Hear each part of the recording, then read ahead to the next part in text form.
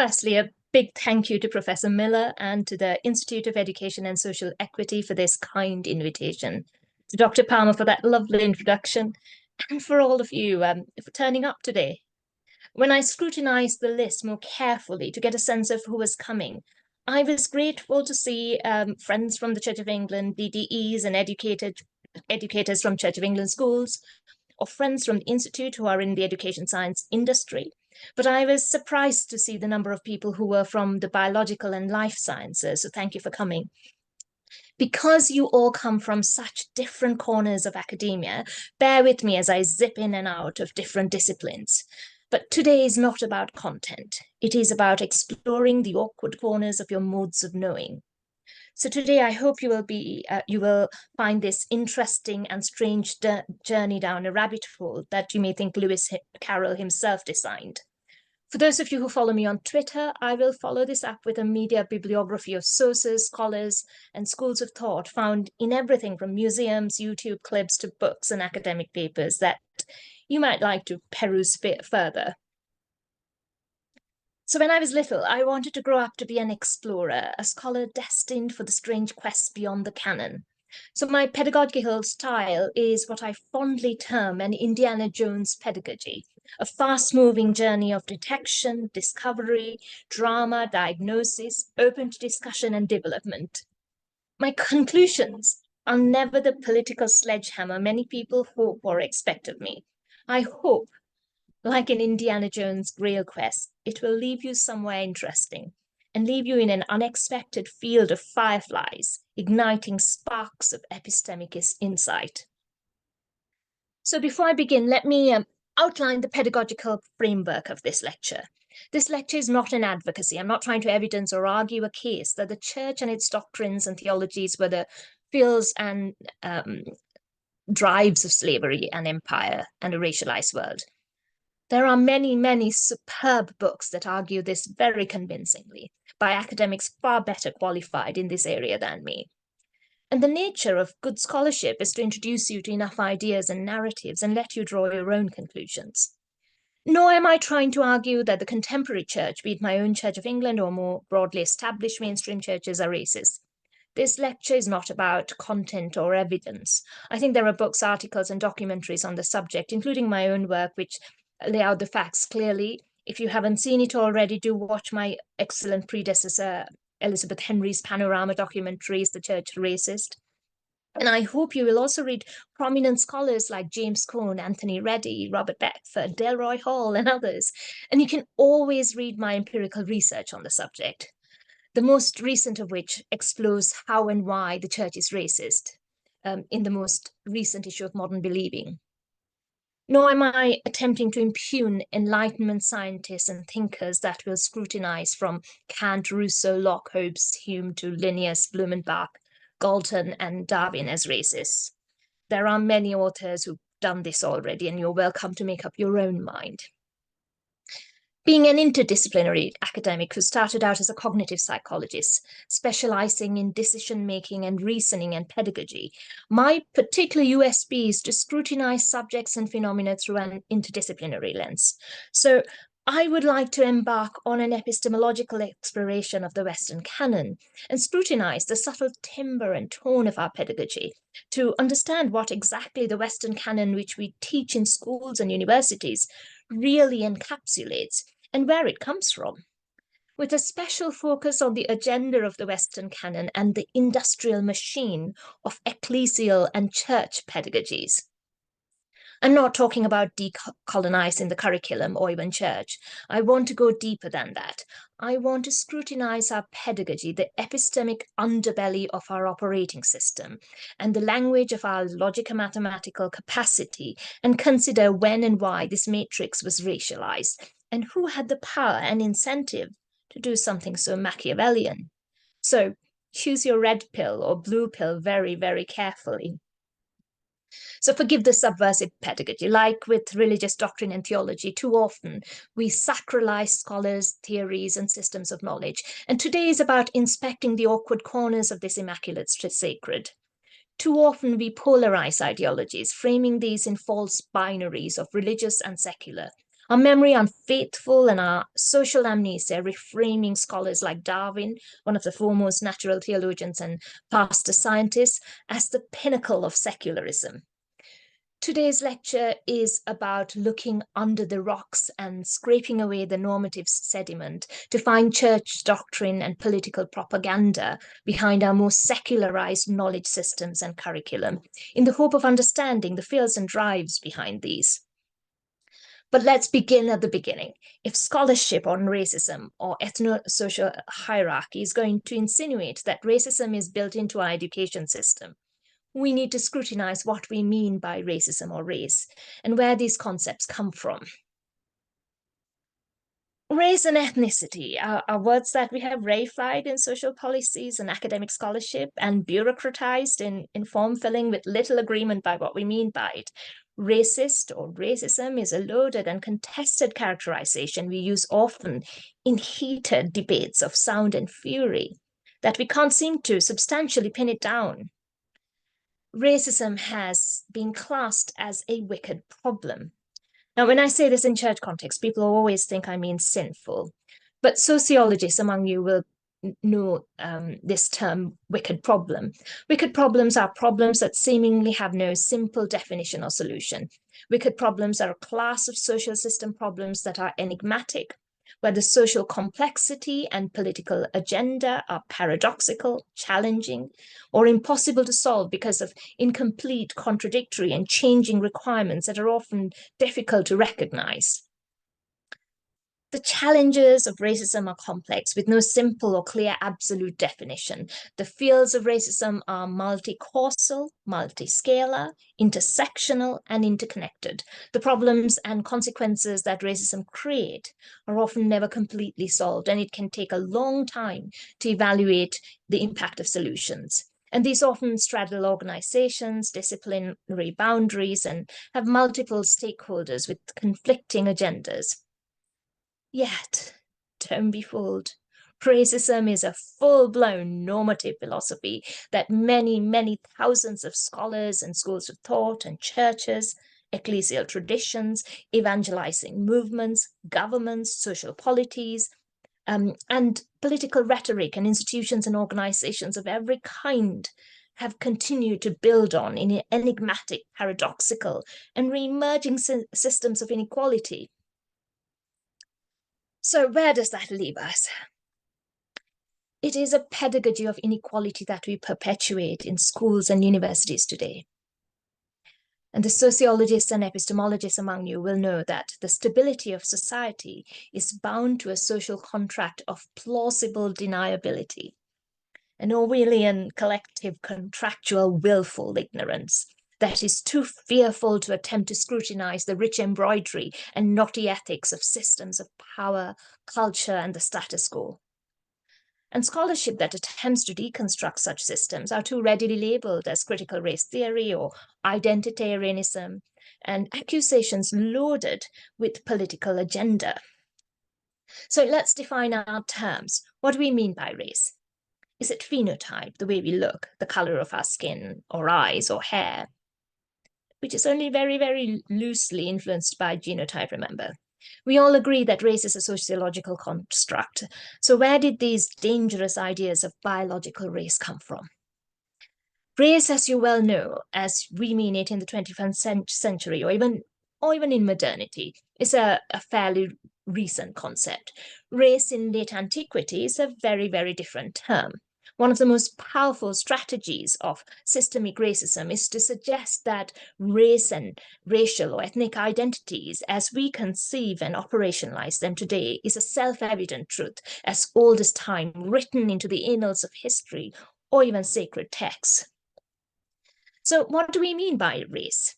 The etymology of the word comes from the 16th century word raza, and most commonly used at the time in dog or horse breeding and animal husbandry to mean breed or lineage or family in the 16th century. If you're interested in the history of the usage of the word, particularly in the Middle Ages, I'll share some fascinating papers that geomap its meaning across the centuries.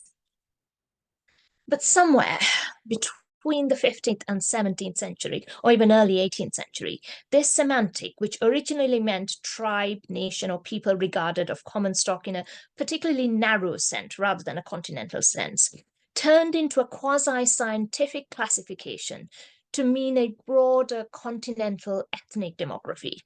It came to mean a typology of the Homo sapien. Between the 19th and the 20th centuries, this had settled into a legal, biological, social, theological, and bureaucratic concept, where the difference of racial types were considered primordial and immutable. But the systemic threat to those Blumenbach so charmingly calls the melanin races began with the dangerous and artificial ideologies of race that were introduced between the 16th and 18th centuries, when scientific taxonomy began to classify race as we know it entirely for the enterprise of commerce. While the scholarship around race and racism in antiquity, the Middle Ages, the early modern period, and modernity, each adds a strong case for the racialized currents each area engineered, the three C's, Christianizing, civilizing, and commercializing of the European Empire project of the Age of Discovery between the 15th and the 17th century, constructed the racialized hierarchies that govern global politics today. Cameron Carter, in his seminal work, Race, a Theological Account, contends that this white supremacist theological imagination was gestated in the early 15th century, sacralized by a series of papal bulls, and later articulated in the scholarship of theology, philosophy, and science of the Enlightenment. He explores the subtle inner transformation that theology itself underwent in giving itself over to the discursive enterprise of helping to racially constitute the modern world as we have come to know it. I would go further and suggest that it constructed the racialized matrix of our epistemic operating system and the language of our logico-mathematical capacity. Carter contends that modernity's racial imagination has its genesis in the theological problem of Christianity's quest to sever itself from its Jewish roots. He argues that Christian theological and philosophical discourse began to articulate Western culture as Christian culture and vice versa, in contrast to Jewish culture, which orientalized Judaism as a religion of the East, and that Jewish peoples were orientalized and deemed inferior to Christians of the Occident or the West. He argues that this racialized and racist imagination forged the white supremacy that has spread like a cancer in Western Christianity across modernity and postmodernity, theologizing a necessarily Eurocentric Western Christian God, whose grace was first and foremost for the civilized elect of the Occident. Carter identifies 1442 to 1492 as the theologically significant moment of gestation of this racialized ecclesiology, when a series of papal bulls sacralized the colonization and enslavement of the peoples who were non-European, creating a doctrine of discovery, arguing that the slavery and colonization served as a means to civilize heathen peoples and acted as a natural deterrent and Christianizing influence to barbarous behavior among pagans. Now, I want you to remember this rhetoric when we look at the scientists and natural theologians of the 17th, 18th, and 19th century. For those of you who are not theologians, the doctrine of discovery is an interpretation of international law during the Age of Discovery.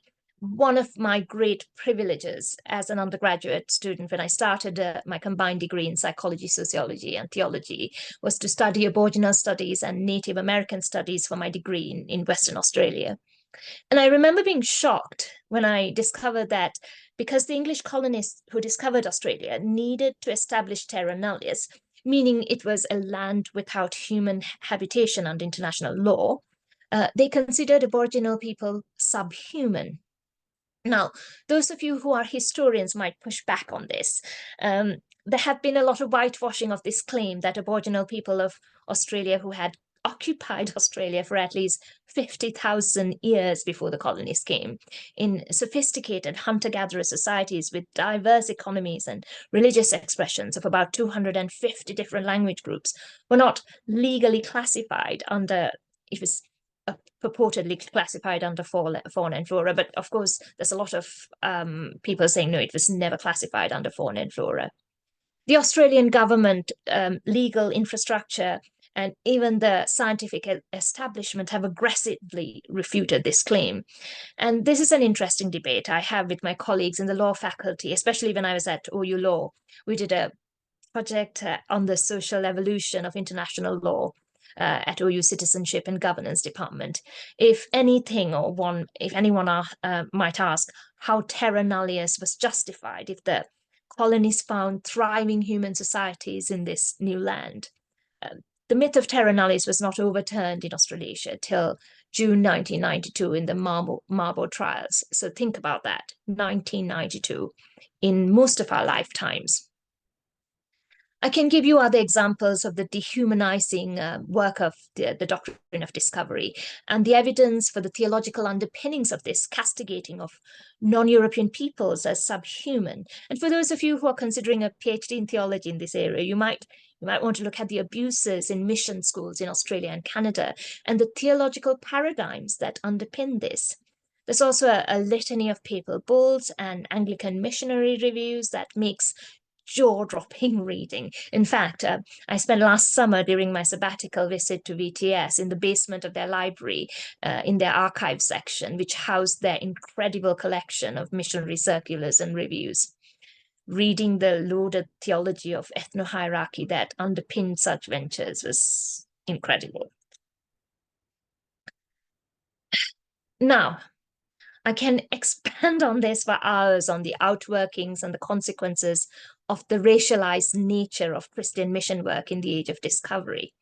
But we don't have time for that. So do read my recent paper on this, and more importantly, my original sources. Theologians, I'm sure you have read Cameron Carter's Race, a Theological Account, but if you haven't, you can't begin to understand the church's empire building complicity in the great race project of slavery and commerce. But do also read the incredible plethora of authors on womanist, Black liberation, and post-colonial theology that speaks to this subject.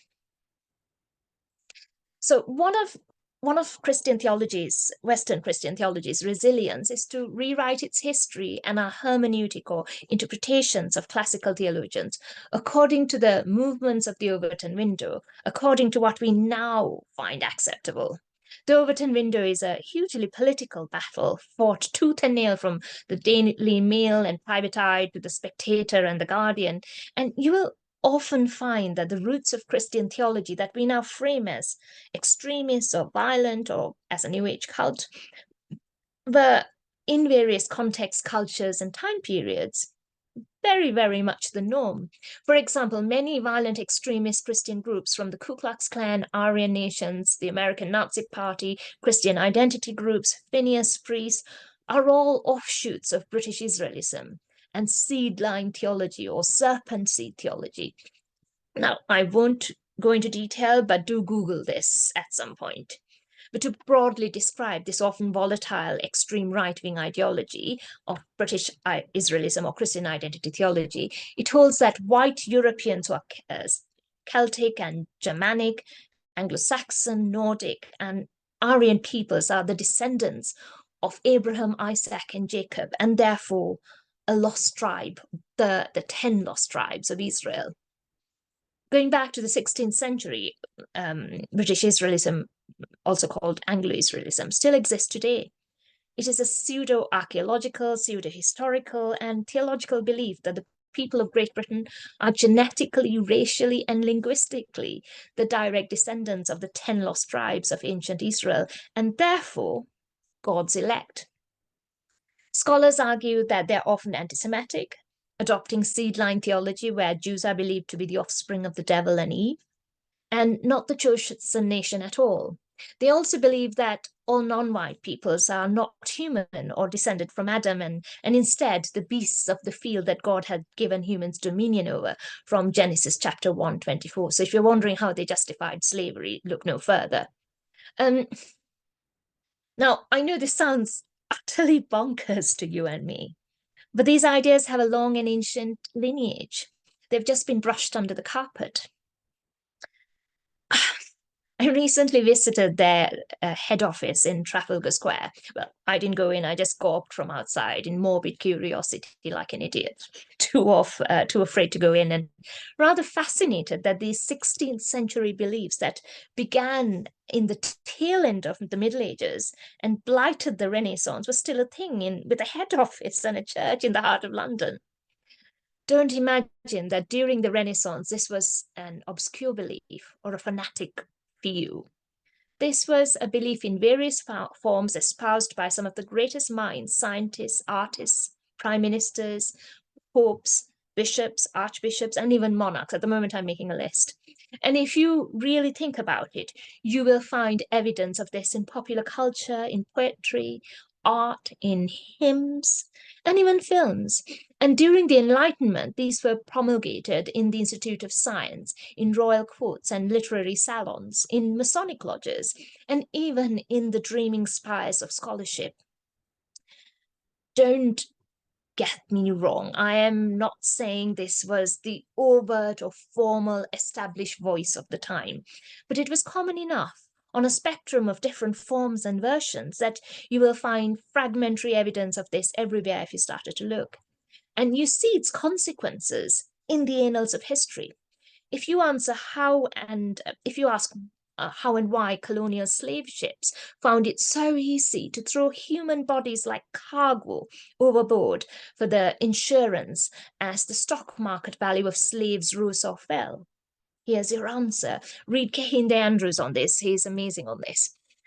Even in the 19th century, if you wonder how it was so easy and acceptable for the theologically driven missionary schools in Australia to trial abusive eugenics experiments on Indigenous children, here is your answer. The cognitive impact of such ideology on Dominion theology, for those of you who are not theologians, you can Google this tomorrow, but essentially a biblical system of political government which justifies empire. And Christian Reconstructionism is self-evident in the age of empire and chattel slavery in mainstream political belief and practice.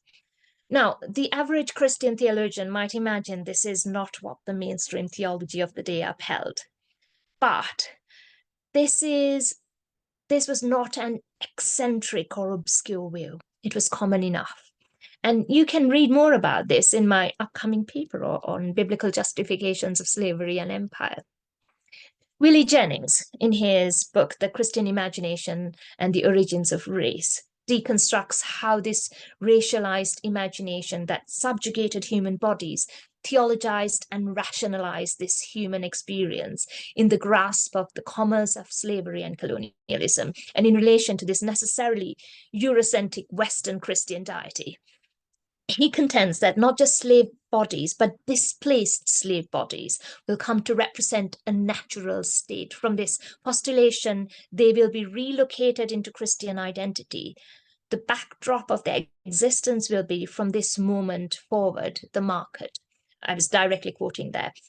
Jennings propounds the horror of this alternative imaginary, illustrated in the narratives of the Portuguese chronicler of the European Age of Discovery, Gomes Inês de Aurora, in the 15th century, where a strange new theological orientation deems this mutilation of Black bodies becomes the mission of the gospel. Jennings illustrates the damning virtue aesthetics that Zurara impregnates into his concept of forced servitude and articulates an apartheid theology of salvation. Zurara invokes an aesthetic that is growing in power and reach as the Portuguese and Spanish begin to join the world that they had imagined with the world they encountered through travel and discovery, creating a scale of existence between heaven and hell, with white bodies made in the image of God at one end and Black bodies representing the wretchedness of the abyss at the other end, and all others placed in between. Much has been written about this racialized European imagination between the age of discovery and the age of enlightenment, ripening in the grasp of the Reformation and maturing into the scholarship of the arts and sciences of the Enlightenment. The extraordinary Western canon that flourished in this age, its great works of art and poetry, its feats of architecture and engineering, its taxonomies of the kingdom of plants and animals, to its heated debates in philosophy and politics, were framed in this theologized scale of good and evil, of life and light and dark, of noble and barbarous, of Christian justice and primitive, uncivilized immorality, reimagining and reframed in the linguistic cultures of Kantian Western Protestant Enlightenment. Biblical and liturgical formation were reimagined, manipulated, and distorted to fit in with this hierarchical and racialized agenda. So, since we impugn the honor of various Enlightenment thinkers, let's look at these Enlightenment age thinkers that were born to the backdrop of this apartheid theology of salvation. Now, more than 2 decades ago, when I was a PhD student in cognitive psychology, my work was on the relationship between ethnosocial identity and moral reasoning, judgment, and development. And those of you who are cognitive psychologists here today will know that the 90s and noughties were extremely defensive about being put in the same camp as social psychologists. And we thought that moral judgment was not entirely deontological or based on values. It has moved on a lot now, I know. We like to imagine that it was a functional capacity like arithmetic, which cognitive psychologists termed a logical mathematical competence, which goes beyond just the deontological character as the primary drive of morality. Based on Jean Piaget's genetic epistemology, we imagine that it was a developmental process. My work was based on Lawrence Kohlberg and Piaget, whose work was on John Dewey and Habermas and Hobbes and Locke, and Rousseau and Kant. And of course, I wrote a chapter on these great thinkers, a couple of chapters on these great thinkers. And of course, the 90s and noughties were not a time we talked about the jaw-dropping racism found in these great tomes of philosophy. And when I suggested I write a racialized critique on this, I was asked to remove them from the thesis because they weren't psychologists to begin with. This is typical of modern subjects, to be ignorant of the lineage of their epistemology.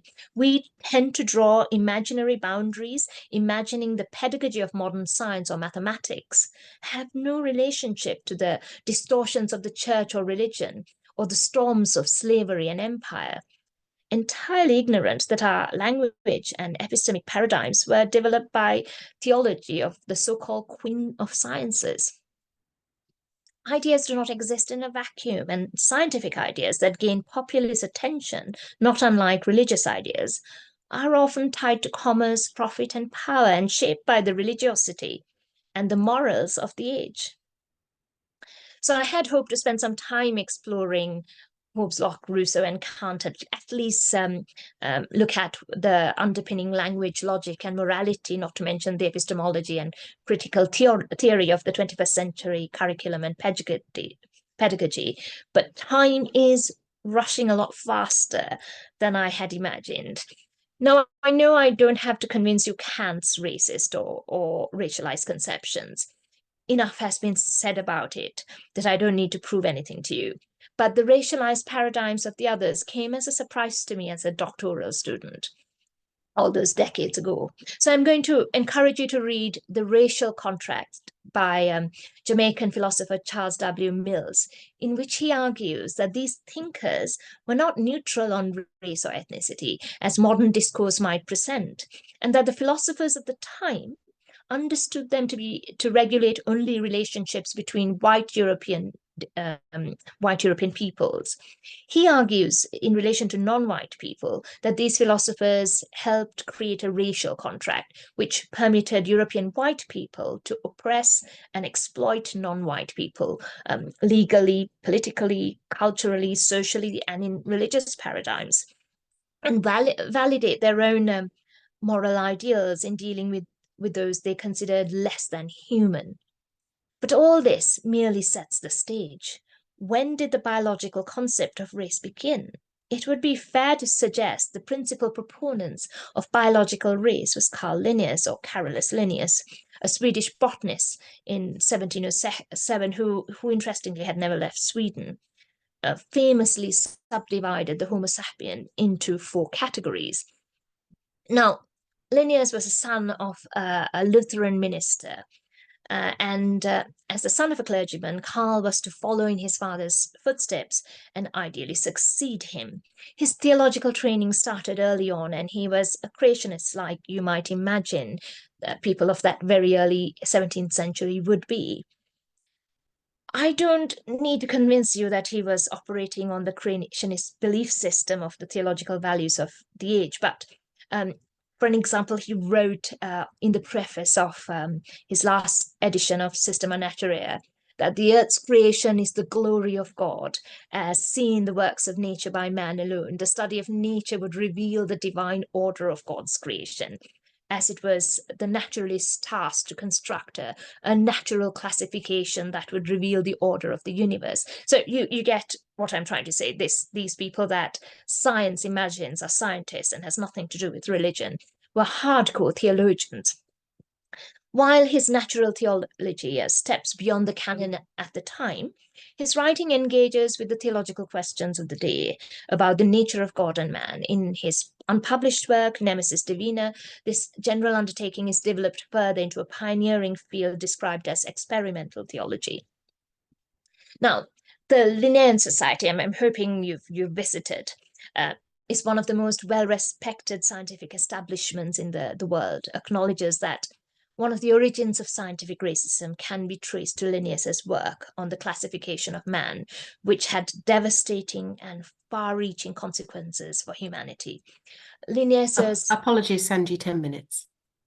Linnaeus first published his major classification work, Systema Naturae, in 1735. And he systemized the kingdoms of animal, mineral, and vegetable. Systema Naturae was edited 12 times in Linnaeus's lifetime. So you can imagine the amount of debate that people have around this. But broadly, he categorized European people, human beings, into Europeus albus as sanguine, white, muscular, governed by rights and law, with abundant golden hair and blue eyes, gentle, acute, inventive, covered with close vestments. Second on the list, he had Americus ruberensis, again, the American red, referring to Native Americans, who he described as righteous, with straight black hair, stubborn, zealous, free, painting himself with red lines regulated by customs. And then thirdly, Asiaticus fuscus, Asian tawny, or the brown Asian, or later he made it Luridus, categorizing it as a yellow Asian, who he categorized as melancholic, stiff, black hair, dark eyes, severe, haughty, greedy, covered with loose clothing, and regulated by opinion.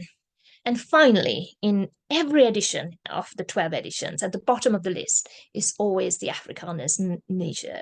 African black he described as phlegmatic, as lazy, with black frizzled hair, flat nose, tumid lips, females without shame, with an elongated labia, breasts lactating profusely, sly, careless, anoints himself with grease, and is regulated by will or caprice.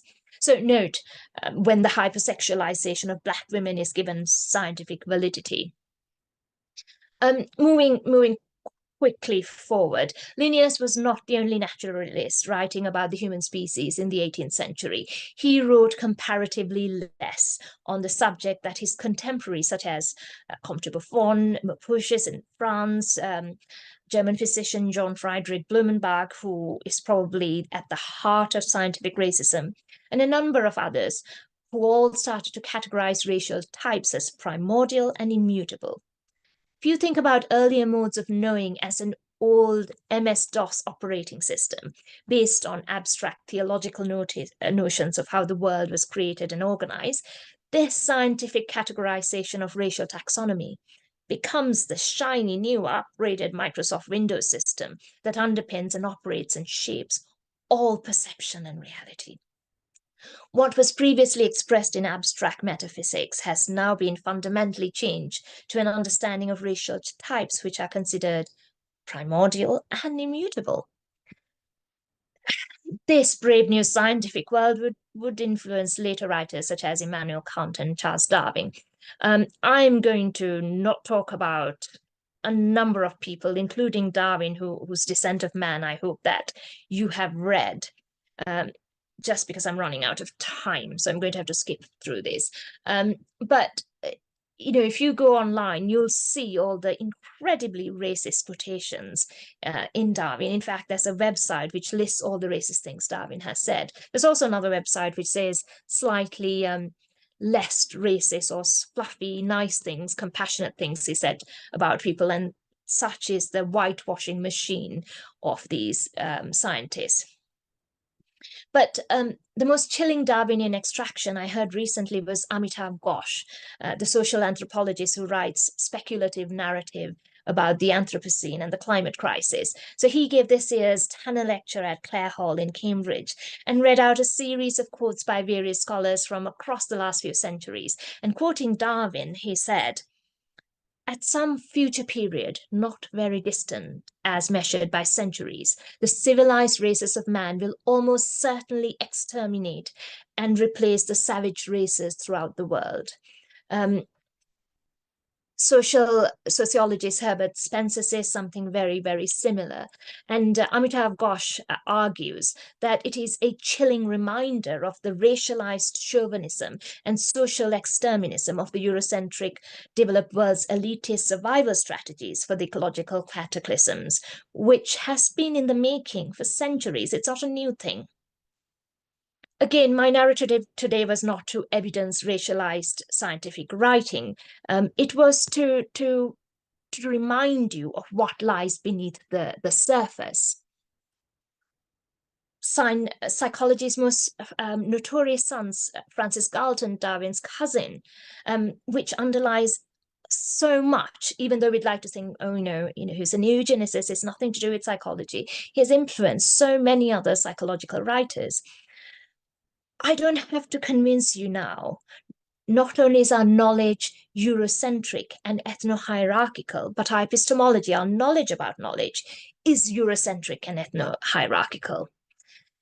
And so much has been written, on decolonizing curriculum. There's so much literature out there. But I'm going to end with this. In my last role as the Archbishop's Anti-Racism Task Force developed a brilliant report with 42 excellent recommendations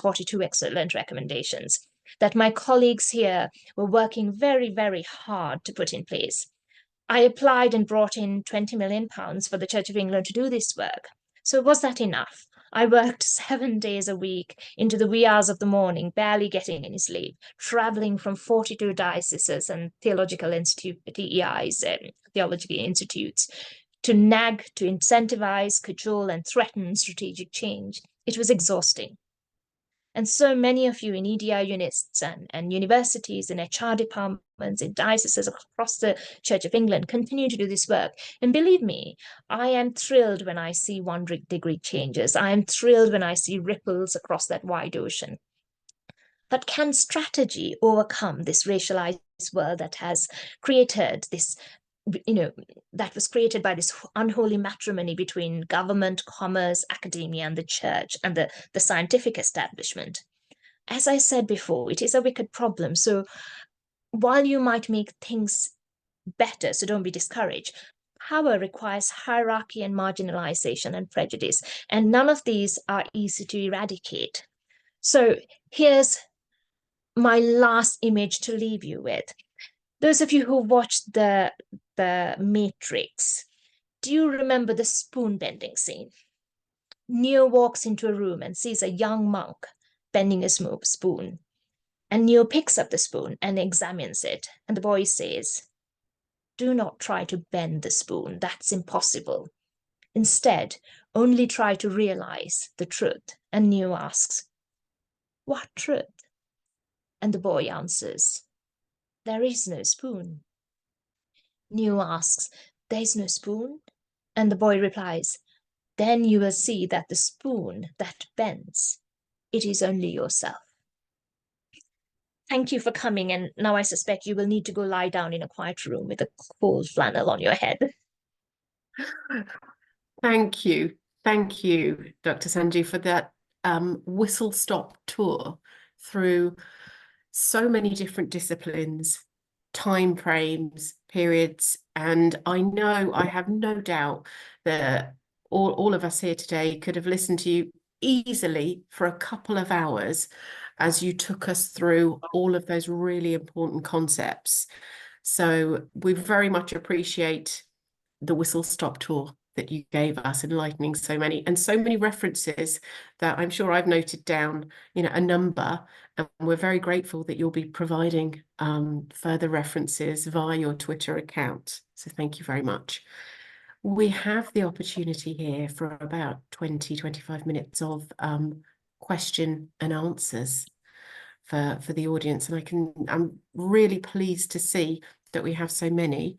And thank you for sharing your introductions, affiliations, etc. in the chat. If you haven't done so already, please do.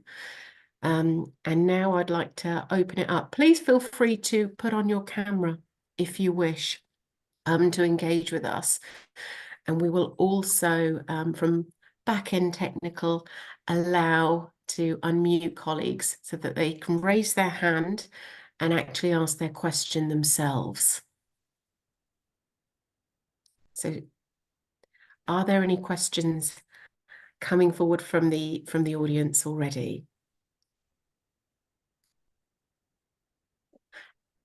Yes, thank you very much. I can see if you'd like to introduce yourself and your affiliations as well. I'm sure somebody is unmuting you as we speak. Thank you. Is that me that you're speaking to? That is, Catherine. Thank you very much. Thank you. I just thought I would kick off by saying what a fascinating lecture that was. I really, really enjoyed that. And I almost feel it's important I would like to read it and to kind of unpick it paragraph by paragraph, because I found it a really compelling narrative all the way through. So this is a banal and very simple question in total contrast to the complexity and polish of the lecture. But in your perspective, and I find that it really compelling when you started to describe the typologies of types of individual, and that kind of historical effort that still permeates and that still really permeates prejudice. In your kind of experience, let's say within the UK, is there a sense that this is getting worse? I suppose that's my simple question, and that tendency to subdivide people and make huge assumptions about their temperament, their type, their character, etc., etc. Is there a sense that the tide is worsening?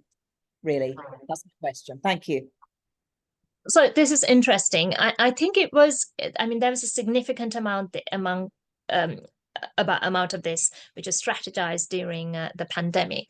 So people who really love me, sort of, somebody who's like a mother to me, who happens to be white, who's about 78, was really worried about me going anywhere. Now, she, in her sort of, at her age, was running around the country all the time during lockdown. And, she was worried about me even going to the grocery store. And she kept saying to me, but, Asian people are more likely to get COVID because of, sort of genetic predisposition, which is an incredible misunderstanding of genetic predisposition. So those of you who understand a little bit about genomics will know that phenotype differences are very, very, very minor, and it only very loosely impacts the way you look. Genotype very loosely impacts phenotype. And secondly, the genetic differences between populations are wider than within populations. So you might find that you have a lot more genetically in common with somebody who is considered another ethnicity or race than somebody who is your own color, for want of a better word.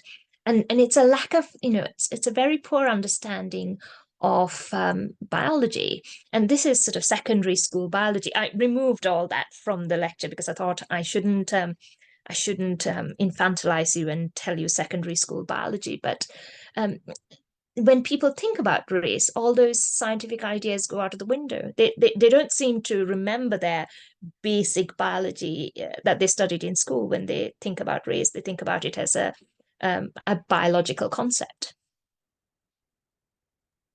That's really interesting. And could I just ask a supplementary then, or maybe it's a supplementary comment? It seems to me emotion is huge in this discussion, that people, like you say, leave behind rational thinking, assuming that they had rational thinking in the first place, and emotion takes over. And you know, that seems to me, it's interesting that you've mentioned the pandemic, because of course huge number of emotions, some really caring and some actually really damning, came much closer to the surface. So, you know, thank you very much indeed for that response. I really appreciate it.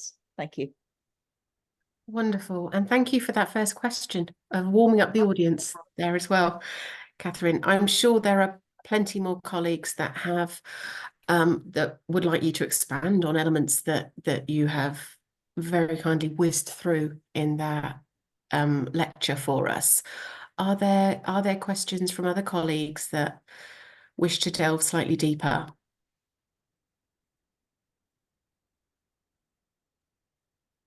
Whilst we wait on other colleagues to come in, Deba, Canon, that was such a fascinating presentation. Thank you very much. And like Catherine, I would love to read and to just have a moment to absorb this real deep and insight presentation. You mentioned the unholy matrimony, the three C's, as I understand it: Christianizing, civilizing, and commercializing.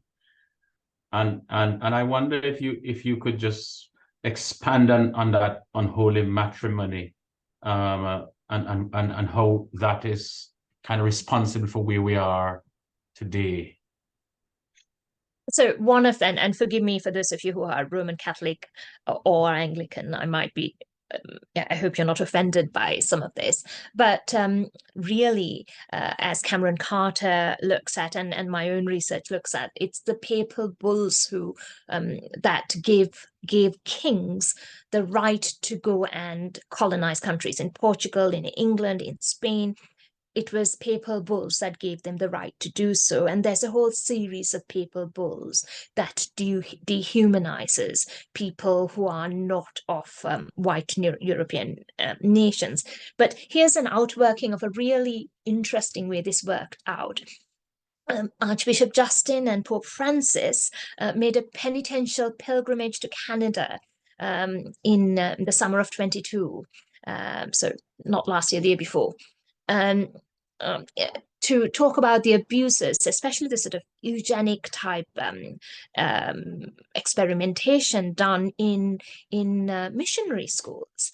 And Archbishop Justin apologized to the First Nations peoples of Canada, and Pope Francis expressed his deep compassion and regret and empathy. And Canadian bishops requested that the Catholic Church issued a new statement on the doctrine of discovery, because that hadn't been taken away. In fact, when I was in role, I used to get hundreds of letters saying I must do something because those papal bulls are still technically legal. And the Vatican's dicasteries for culture and education and for the promoting of integral human development jointly repudiated the doctrine of discovery as not part of the teaching of the Catholic Church. And interestingly, the Vatican statement pointed to the 1537 papal bull, Sublimus Deus, which affirmed the liberty and property rights of indigenous peoples and prohibited enslavement. So it was almost sort of saying, oh, no, we never really did that. And to be fair, Pope Francis didn't do that. That was a sort of Vatican canon law machine. But, it's sort of whitewashing the many, many, many papal bulls that dehumanize people of color. and that you will see that marriage between those three things still continuing, or we continue to rewrite history. If I can push you a little further then. So if this racism is so deeply embedded and interwoven in the church, does the church have the moral authority then to be leading this work of anti-racism? I believe so, and I believe, and to be fair to our archbishops and bishops, I believe that they are trying. I believe, and I mean, I have to be careful of what I say here, but I know that our bishops and archbishops get into trouble with government quite often because they don't love the things that we say. They don't love that we apologize for racism. But anyone who really knows their history knows that the church is directly responsible for creating this sort of racialized agenda. And while, don't get me wrong, there are lots of bishops who said wonderful things in Parliament, there were abolitionists who led the way.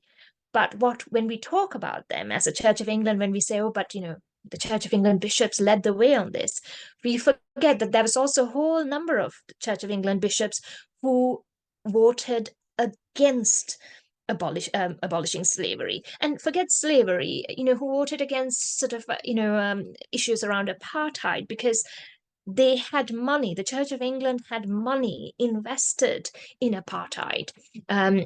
My writing talks about, so if you want to look at the detail of that, there's a coalition of Anglican priests who were, who gave the church commissioners an incredibly hard time 20, 30 years ago. Sorry, 40, 50 years ago. I forget that I'm not 10 yet. Who didn't want apartheid to end because the church commissioners' money was invested there. And even now, I mean, our church commissioners do excellent work, and forgive me, those of you who are from the church commissioners, but even now, even though we deny the money, the Church of England money is invested in trust funds, in hedge funds, which are invested in another thing, that is invested in another thing, that is invested in the Syrian arms trade. So we are still profiting from the mutilation of Black and brown people all over the world. The recent research that the church commissioners did found, and don't quote me on the exact number, something like 76% of the church commissioners' money came directly from slavery, and the rest of it came indirectly from slavery and empire. So it is impossible to divorce the church from these ills. So we only have to, it is our responsibility to try resolve some of these issues. Thank you for that really full answer. And I can see that it's generating lots of thinking for all of us. I believe Catherine has another question. Please come through, Catherine. Sorry, I don't want to hog this, but I'm going to riff off Paul's question, which I think was a really important provocation. And given what's just been said, and which in a sense we know, is there really moral authority permissible in the church in relation to these issues? And isn't it necessary for the church to really adopt a position of much greater humility first, and to make reparation prior to promoting or attempting to promote change? Now, I should say that the Church of England is making reparation. I'm not convinced that you can ever make real reparation for the atrocities that were committed. And I'm hesitant to say that any of the reparation sort of projects will go anywhere near what I might consider justice.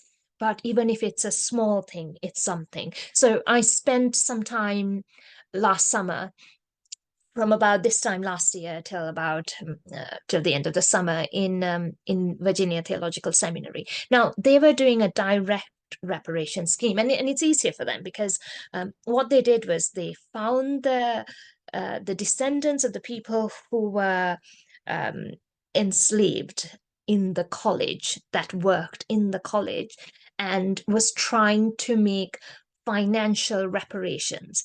But in reality, when the money was split, that it really is quite, it's almost offensive at how little it is, and does it really repair anything? But it was a way of saying mea culpa. It was a way of saying we know, we care, and we are here, and we are here in this journey with you, and we don't know how else to say we are sorry. The Church of England's reparation project is different, and they're still thinking about how it is going to be conceived, but certainly there's a significant amount of money put aside for it. The 20 million pounds for racism was also a way of saying we know that we were responsible for this, not just in the Church of England, but in the entire country, and and spreading across the world. But you are right about humility. I sometimes fear that even when we say sorry, we come across a little like, look at how wonderful we are. We are apologizing for racism. We are apologizing for racism when we are being told off by, I don't know, number 10 or ministers, or being castigated by the Daily Mail. So I don't know what the balance for that is. But yes, you're right. I would like to see more humility. Thank you. And I think that would probably generate other questions. I recognise that we're from many different disciplines here, so that different strands of questioning may come up. And can I ask the audience, are there any other questions? Or as people are thinking before they raise their Alison hand? Creel is trying to come in. Sorry? Yes, thank you. Come in. Thank you, Paul. Hello. That was absolutely fascinating. And it's a really personal thing, especially the last comments which were made, because I was brought up as a Christian in South Africa under the apartheid regime.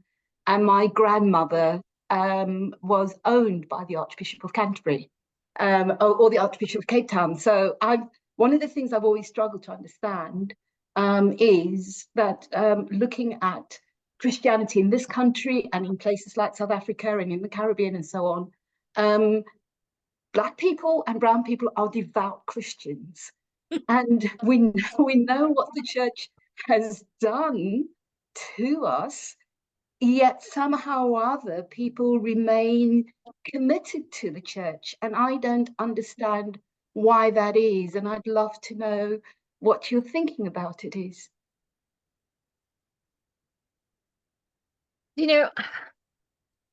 I struggle at how anglicized I am. So for an example, people say to me, but you come across as quite anglicized. When I was born, shortly after a sort of communist socialist government, there was a huge nationalist movement. So I was baptized Anna Maria Crisanti, and I, sort of in my second baptism, about 8 days after, they changed their mind and they wanted a nationalistic name. My father was baptized Gregory Lazarus, and when he was 21, as a part of the nationalist movement, he renamed himself Nisanka. And none of his family actually used the name, but even right down to our names, but our pedagogy, our culture is so steeped in colonization. 1,000 years of Sri Lankan history between between Dutch, Portuguese, and English colonization, that you're right, the hatchet is so deep that we don't even know who we are. When we try to find Sri Lankan names, there's no such thing because our culture has been erased. And despite that, if you cut us, we are Anglican in Sri Lanka, especially, from where I come from. And that Anglicanism is one that we will defend to the bone. And we don't really think that the Church of England has any say even though it was the mother church, in my grandmother's generation. We think that we're separate from that. And I think that is the grace of the church. It has become so much our identity. We see it as something greater and bigger. Now, it depends on who you ask. I'm sure that there are lots of people who are no longer Christians who won't, who see its ills and hasn't found anything positive to hang on to. But you are right. It's almost paradoxical of how much the church is a part of who we are, even though it has been, I often describe it as an abusive husband. Thank you for that. And you used really, you provide very sort of visual images in your language in explaining things, and that real intertwining of culture and our identity and belief that things that we hold on to. I'm really intrigued about. I can see whilst there are no hands up, the kind of question of lineage, and you were talking in your lecture around the lineage of epistemology. And then you gave us some examples, and the idea that things don't operate in vacuums, and actually they ripple out. And I was really intrigued when you were talking and you ended around strategy and actually what we can do, the roles that different elements play. So strategy isn't enough. It needs to be, felt, seen, heard. What do you propose that what is that magic mix? I mean, that's an ideal, but the different strengths for you. So I spent, when I was Archbishop's advisor, a significant part of my time was spent in, working out strategy, and strategy in how we relate to government. The Church of England has a huge amount to do in Parliament. Our Lord Spiritual would deliver speeches I might write on minority ethnic pay gap, about police brutality, about school exclusions. So there is that kind of strategy as we are public facing. And again, to defend some of our bishops, they do extraordinary work on that area. But this may sound terribly disappointing because I know so many of you work in strategy departments. A church is not an organization. It's very different if you're talking about an organization with a CEO or a university with a vice chancellor, which is also a different thing from an organization. But a church is a family. And I feel that families can't achieve change by what is popularly called archiepiscopal fiat, a CEO type person sending down edicts saying this must be done. Change has to come because hearts and minds are changed at that at the ground level. If you think about all political change, the subversive change that comes right from the ground, not from a series of middle managers mediating strategy. That doesn't mean that doesn't help. That helps sometimes. For real change to occur, some of those structural things actually is the very thing we need.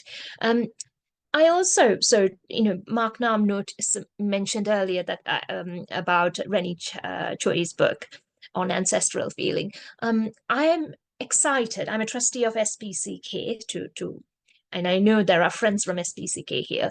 We are looking at publishing more minority ethnic writers. I promote minority ethnic writers wherever I can, particularly in post-colonial theology or Black theology or womanist theology. And compared to 5 or even 10 years ago, I think that churches are becoming more cognizant of these issues. And I think that the hearts and minds game need to be won by that awareness. And I think reading the right kind of books helps. I'm not suggesting reading alone will do anything, but it's a beginning. It's something tangible. But as that last image I left you with is I shared, it's not about trying to bend the spoon. And I fear sometimes that our ecclesial structures are really kind of caught up in trying to bend the spoon. It is about coming to that realization that the spoon does not matter anymore. It does not exist. It is only you that creates the spoon. Thank you. Thank you. And I think we have time for one more question. If there is a final question from colleagues. I think, Canon, Dr. Sanjay, you've given us so much to think about. We almost need to pause and digest the really, really rich information. And I think you've had lots of pleas to find out more as well, so people can actually have that time to engage with your work and digest. So that's lovely to see. And I would say, obviously, Sanjay's very active on Twitter as well. You can always find information about upcoming and current work and upcoming work. So I would say please engage there. I wanted to inform people as well of upcoming events and places in which they could see Sanjay, and one in particular is that she is delivering the Michael Ramsey Lecture at Durham University on the 26th of April. And information about that will be coming out soon. So I'm sure, Sanjay, you will share via Twitter for colleagues that wish to see more of your work. Also, the Institute for Educational and Social Equity has a full events calendar.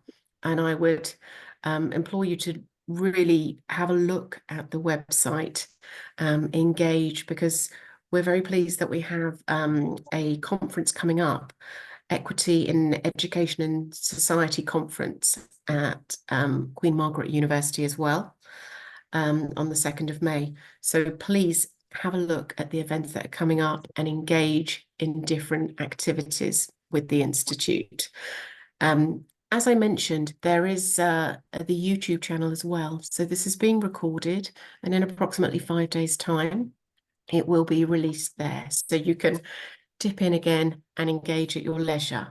But I wanted to finally allow sort of words from Dr. Sanjay and thank everyone for their engagement with the session this evening. Final words from you, Dr. So if I was giving one last word of advice, say, is to go and look at those, especially those of you who are in higher education, especially those of you who are in the sciences, look at your operating system. Really examine where it comes from, where the intellectual lineage of those come from, where they, look at the epistemology and the pedagogy, and that will be a big part of decolonizing anything, whether it's a curriculum or an organizational system. I skipped huge swathes of what I was going to say because I was not speaking to you fast enough. Some of this is from my book. So there are 2 papers and a book in there. And so, yes, you can read it. Wonderful. Thank you very much. And as I say, thank you for joining us this evening, colleagues. And we hope to see you at the next event from the Institute of Educational and Social Equity. Thank you, Dr. Sanjay.